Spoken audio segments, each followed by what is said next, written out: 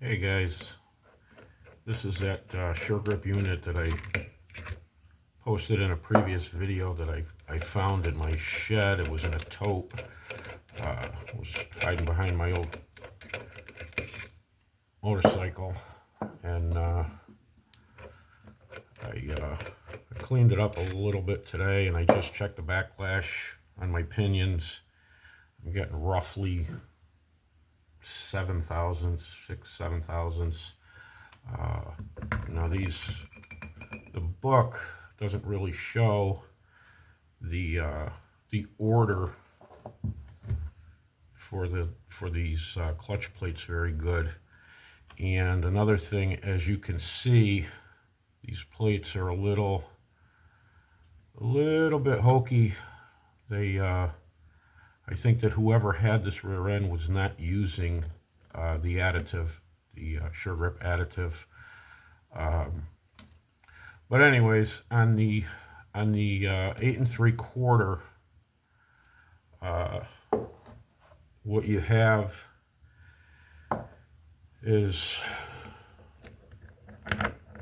this is a 742, for a 742 case, this is what's going in, so I'm going to need this pin. There's nothing wrong with this one, it's still good. These side gears are really good, they're in really good shape. Get this out of here. There's nothing wrong with this at all. They're pretty mint. I mean, this case is it's stamped 1968. Now these side gear plates these are all good, but like I said, you can see there's nothing. I can't catch my fingernail on anything, and somebody in the past, like I said, I think that they had just gear oil in here. I don't know, what weight gear oil or anything that they used, but they probably didn't put an additive in, because as you can see, some of these plates they're showing some burn type marks. See if I can get this one out.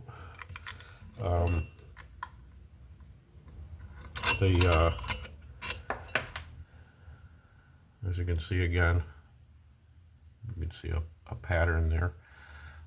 This side here is even worse. But anyways, on the flat plates, this is a thin one.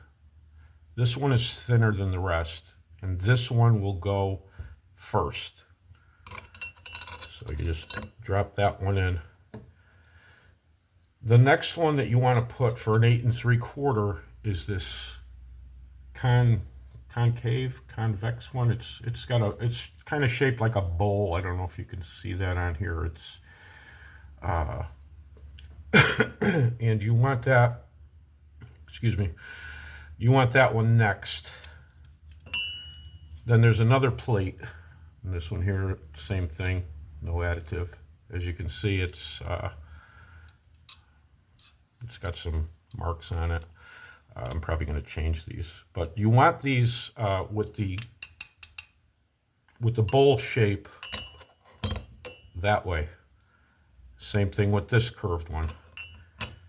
You want the bowl shape that way. And I know some guys, like a Dana is different. Dana sure grip is a little bit different. The other ones are flat. This is the thicker one. That one goes in next. And then what I do is I take the side gear, just make sure that I'm sitting flat in there. And the plate, you can do what you got to do. Try to line up the teeth as best you can, and then put your side gear in. And you'll feel it seat. Once it's seated all the way, you're good. And then your pinion gears, You'll notice that one side has a V shape. The next one has a round shape with the V on the top. They're all opposite each other. You look for the V, you set the V in the V. Just like that.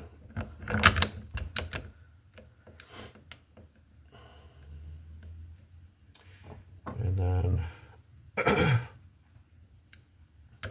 your side gear will go on. And then your whole stack of clutch plates can go on. Actually, it's easier. It's actually easier if you do it on this side. If you do it on the cover. Same thing. Thin one first. Just the way I do it. It's by the book. Concave one, bowl shape. You want it toward the cover. Same thing with the other plate. Flat and a flat, the thicker one, last. That's the way that I do it. That's the way the book does it. And I try to always go by the book. Same thing, take your side gear and line up your teeth. She's sitting flat.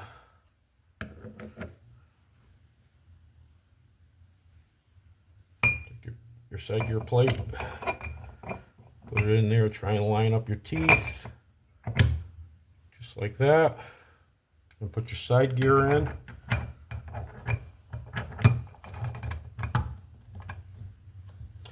When you put the cover back on, you can mark these.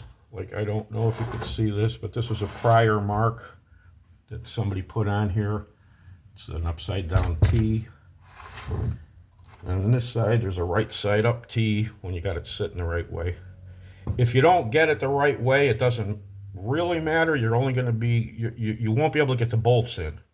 They're going to be off a little bit. It's got to be the right way with the half circle and the V's. But we'll use this just because it's there. So what I do is I just hold my finger in there and sit her on there. That's it. That's all there is to it. If you have an axle around, it's kind of nice because you can center everything. You could put this in a vise, put your axle in, and really center everything.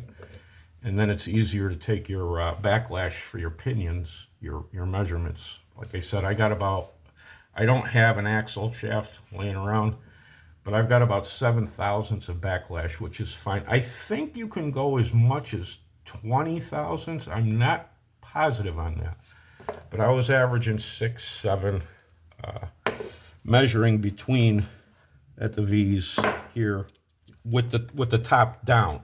When it's tight and you got it the torque spec, which is 45 foot-pounds, and that's it. So I mean, if you have one of these laying around, they're not hard to. The only thing that's really a pain is getting these bearings off.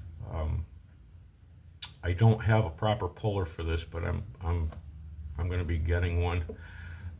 And a lot of guys, they won't lend you their tools, and I can't blame them because I've lent tools out to people and never got them back. Sometimes you come back and you go to use them and they break. But that's about it, guys. With the